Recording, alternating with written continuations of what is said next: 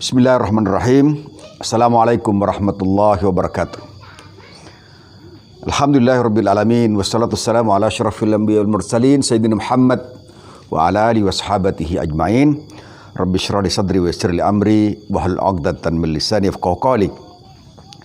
Di pagi yang berbahagia ini saya akan baca buku Mukasyafatul Qulub yang ditulis oleh Hujjatul Islam Al-Imam Al-Ghazali rahimahullahu ta'ala. Pada pagi hari ini saya akan membaca bab ke-16 dari buku ini yang judulnya adalah Fi Adawatis Syaitan, memusuhi syaitan. Beliau menulis, yajibu 'alal mu'min ay yuhibbal ulama, wajib bagi seorang mukmin untuk mencintai para ulama wassolaha dan orang-orang yang soleh. Wa yulazimu mujalasatahum wa yas'alu ma la budda lahu wa yatta'idhu binashihim wa yajtanibul a'mal qabihah. Kata beliau, wajib bagi seorang mukmin untuk senantiasa menyertai duduk bersama para ulama, kemudian mengambil nasihat-nasihatnya dan menjauhi perbuatan-perbuatan yang buruk, dan paling ujung beliau mengatakan wa yattakhidus syaitana aduwa, dan menjadikan setan sebagai musuhnya. Allah Subhanahu wa taala berfirman dalam surat Fatir ayat 6 yang berbunyi, A'udzubillahi minasyaitonir rajim, bismillahirrahmanirrahim, innasyaitana lakum aduwwun fattakhiduhu aduwwa. Sesungguhnya syaitan itu bagimu adalah musuh, maka jadikanlah dia sebagai musuh. Kemudian, pemirsa rahimakumullah, Al-Imam Al-Ghazali memisalkan bahwa hati itu laksana sebuah benteng, dan syaitan itu akan berusaha untuk memasukinya dengan berbagai cara, dengan berbagai usaha, dengan berbagai strategi agar dia masuk ke dalam hati kita dan merusak hati kita. Bagi seorang mukmin yang baik, maka sudah sewajarnya dan sewajibnya bagi mereka untuk tahu bagaimana cara membendung, cara mencegah masuknya syaitan ke dalam hati kita, agar hati kita tidak rusak dan hati kita senantiasa terbentengi dengan sebaik-baiknya. Beliau mengatakan bahwa untuk bisa benteng kita terjaga, yang pertama adalah hendaklah kita menjauhi marah dan syahwat. Yang kedua adalah menjauhi hasad dan dengki. Yang ketiga, beliau mengatakan jangan suka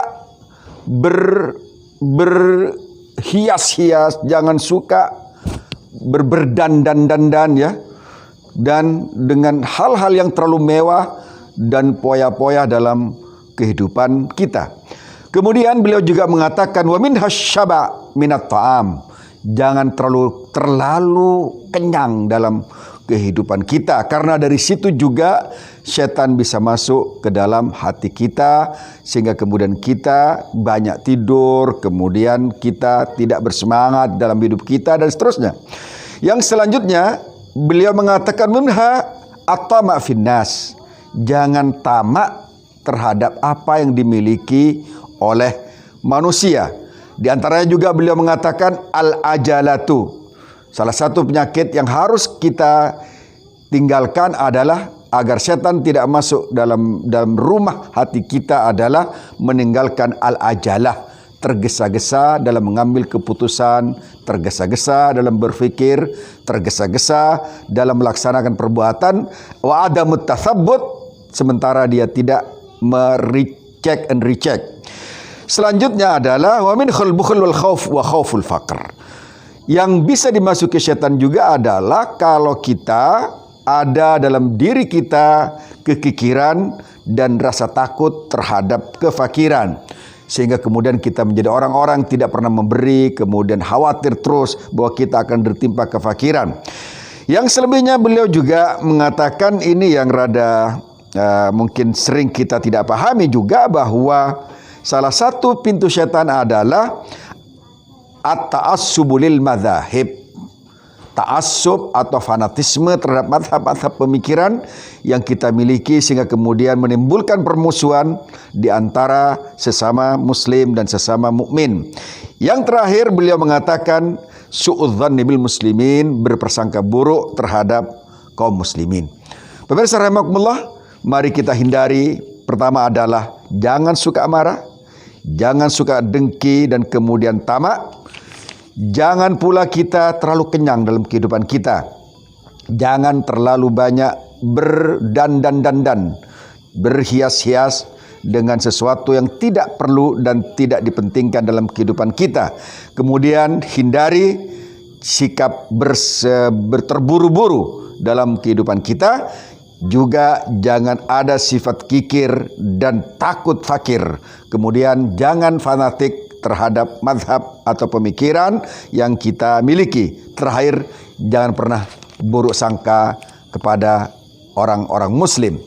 Itu saja yang bisa saya sampaikan pada kesempatan pagi ini. Semoga apa yang saya sampaikan dari buku Mukasyafatul Qulub karangan Hujjatul Islam Al-Ghazali memberi sedikit pencerahan pada kita semua, agar kita tidak mudah dimasuki oleh setan dan hati kita menjadi rusak karena penyakit-penyakit yang disebutkan tadi.